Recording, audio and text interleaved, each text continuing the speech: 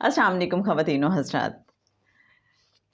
جناب سید سرفراز احمد شاہ صاحب کی کتاب نوائے فقیر کے ساتھ ایک بار پھر آپ کی خدمت میں حاضر رخسانہ بشیر۔ کیا مرشد اپنے مرید کو علم لدنی یا خاص علم عطا کرنے کے لیے کسی خاص پروٹوکول یا اجازت کا پابند ہوتا ہے؟ مرشد کامل روحانی اسکالر جناب سید سرفراز احمد شاہ صاحب فرماتے ہیں کہ جن لوگوں کا حصہ مرشد کے پاس ہوتا ہے ان کی شکل رب کی طرف سے مرشد کو دکھا دی جاتی ہے کہ اس شخص کو علم دینا ہے، لیکن مرشد کبھی اس شخص کو تلاش نہیں کرتا بلکہ اس شخص کو خود چل کر مرشد کے پاس جانا پڑتا ہے۔ یا پھر ایسا ہوتا ہے کہ مرشد کو کوئی شخص کسی وجہ سے پسند آ جائے تو وہ اسے علم سے نواز دے گا، لیکن اگر ولایت اس کی تقدیر میں نہیں لکھی تو کم از کم صاحب علم اسے ایسا بنا دے گا کہ وہ دوسروں میں نمایاں ہو جائے۔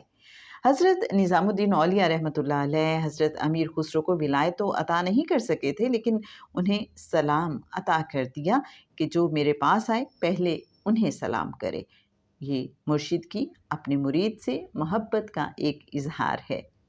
اگر ولایت کسی شخص کی تقدیر میں نہیں لیکن وہ مرید مرشد کو پسند ہے تو وہ اسے کسی اور انداز میں نواز دیتا ہے۔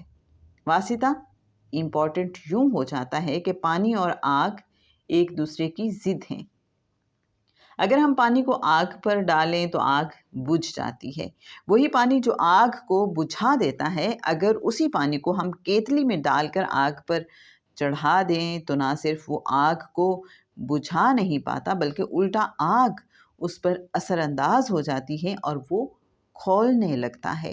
یہ جو پانی کی فطرت میں تبدیلی واقع ہوئی کہ آگ کو بجھانے کی بجائے خود اس سے متاثر ہو کر ابلنے لگا، اس کی وجہ یہ ہے کہ آگ اور پانی کے درمیان برتن یعنی کیتلی آ گئی ہے۔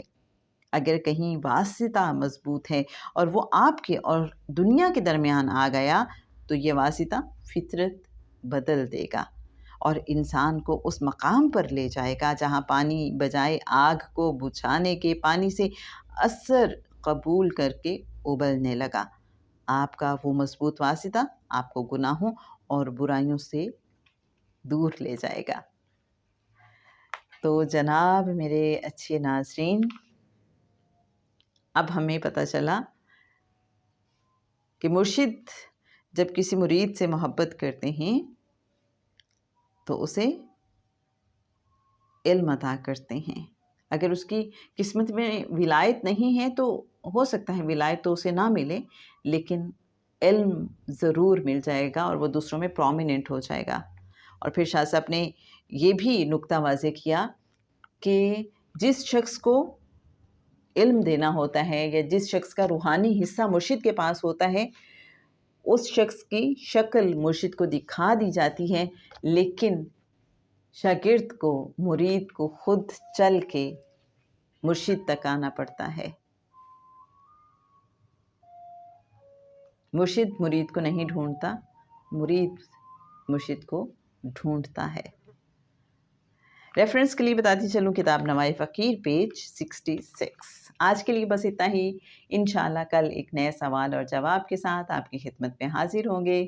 آج کا سوال اور جواب آپ کو کیسا لگا ضرور بتائیے گا۔ رخسانہ بشیر آپ سے اجازت چاہتی ہے۔ اللہ حافظ۔